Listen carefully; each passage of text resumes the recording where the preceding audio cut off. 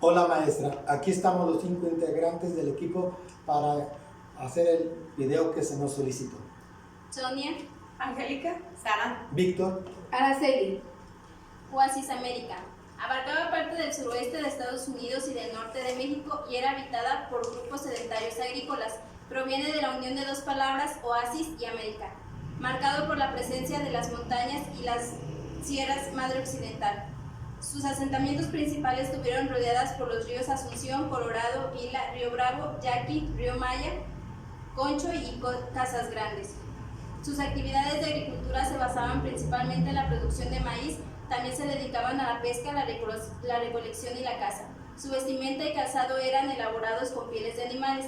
En el territorio abarcado por Oasis América se desarrollaban tres grandes culturas: la Anasazi, la Jojocan y la Mogollón. Estas culturas se destacaron por la realización de actividades diversas de los pobladores de Aridoamérica, tales como diseño de construcción de viviendas de barro, arcilla y adobe. Se dedicaban a la agricultura y a la fabricación de cerámica.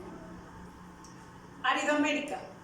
Abarcó parte del territorio de Estados Unidos, lo que es sur y centro de California, noreste de Arizona y de lo que ahora es México, Chihuahua y costa de Sonora,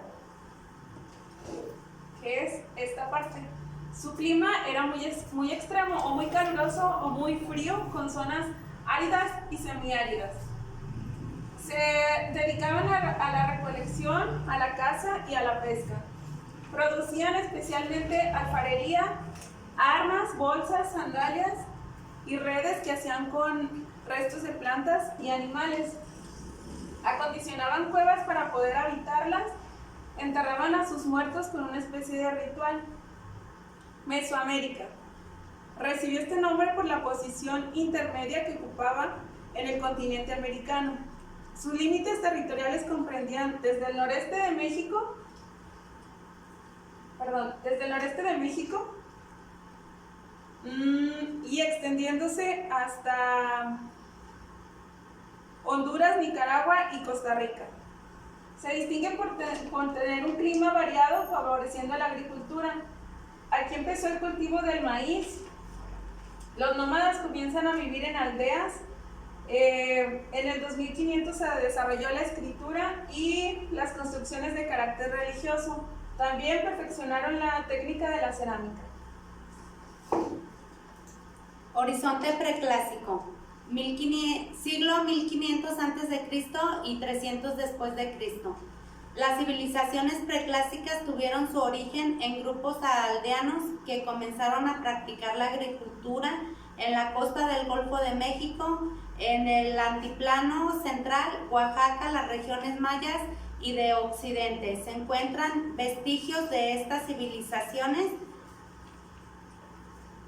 Y en el México prehispánico, la cultura olmeca es llamada como la cultura madre, y los olmecas ejercieron una influencia muy marcada sobre los pueblos antes asentados en Oaxaca y la zona maya en el centro de México y el actual estado de Guerrero, donde hay gran cantidad de piezas de olmecas encontrados en esas regiones.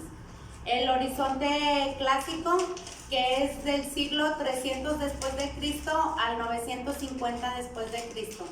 En este periodo los pueblos mesoamericanos se desarrollaron unas avanzadas técnicas agrícolas y las sociedades de ese horizonte clásico se caracterizaban por una marcada división social. Los sacerdotes eran los jefes y había militares y los nobles y el pueblo. Los pueblos de ese horizonte clásico utilizaron y perfeccionaron la escritura jeroglífica y empezaron un sistema de numérico vigesimal. Periodo posclásico. Este periodo está contemplado en el siglo 950 al 1521 después de Cristo. Este fue el último periodo antes de la llegada de los conquistadores y el fin de la historia de Mesoamérica. La región había logrado un gran desarrollo con las civilizaciones incas, mayas y aztecas que construyeron avance tecnológico.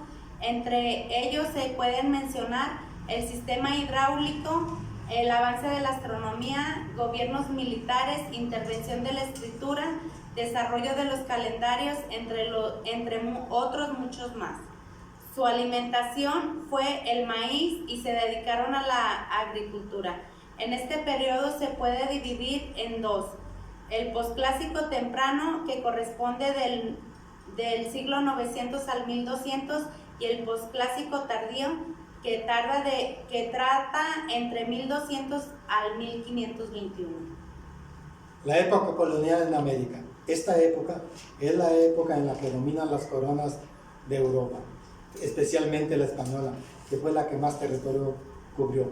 No podemos olvidar que compartieron territorios con portugueses, franceses e ingleses.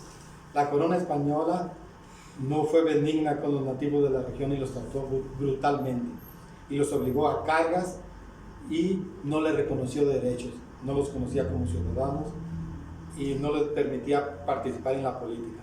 La corona británica fue un poco más cruel y eliminó o erradicó las tribus de Norteamérica.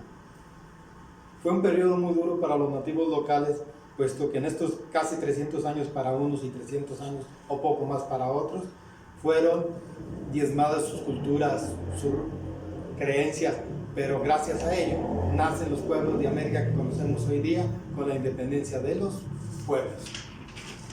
Las etapas de independencia de México. La independencia de México fue un movimiento político y armado que inició el cura Miguel Hidalgo el 16 de septiembre de 1810 y culminó el 24 de agosto de 1821. A partir de ese momento se reconoce a México como una nación independiente. Primera etapa de la independencia de México. Inició el movimiento armado de 1810 a 1811.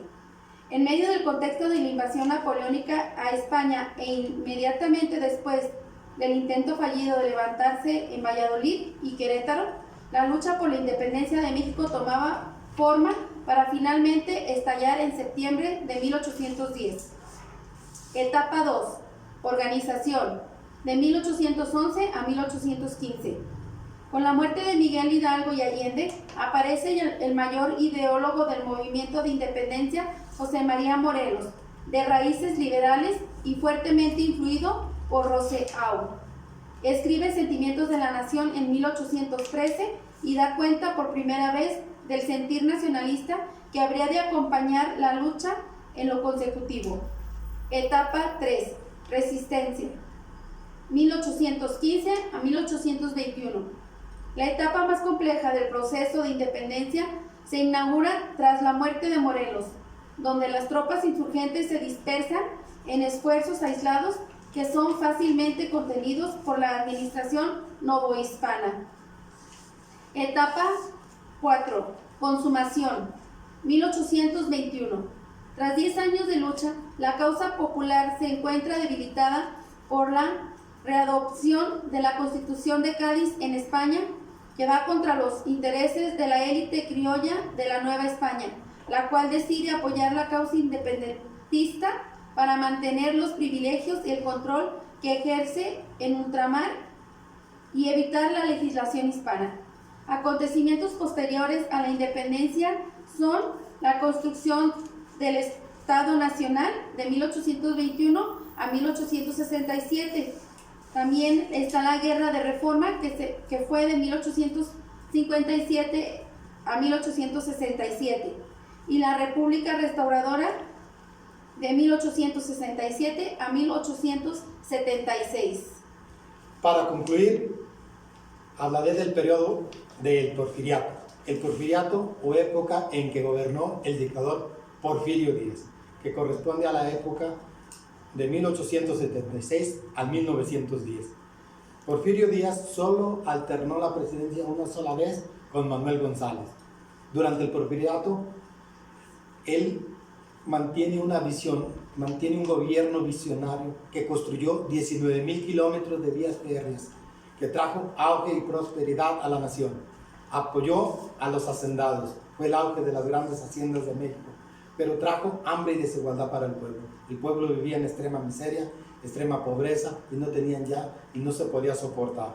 El porfiriato también apoyó a las inversiones extranjeras y al capital extranjero para que se construyera lo que fue el telégrafo. O sea, trajo grandes beneficios, pero no se pudo soportar y los pueblos empezaron a hacer revueltas, reuniones y surgen caudillos y termina en 1910 con el comienzo de la Revolución Mexicana en su gobierno.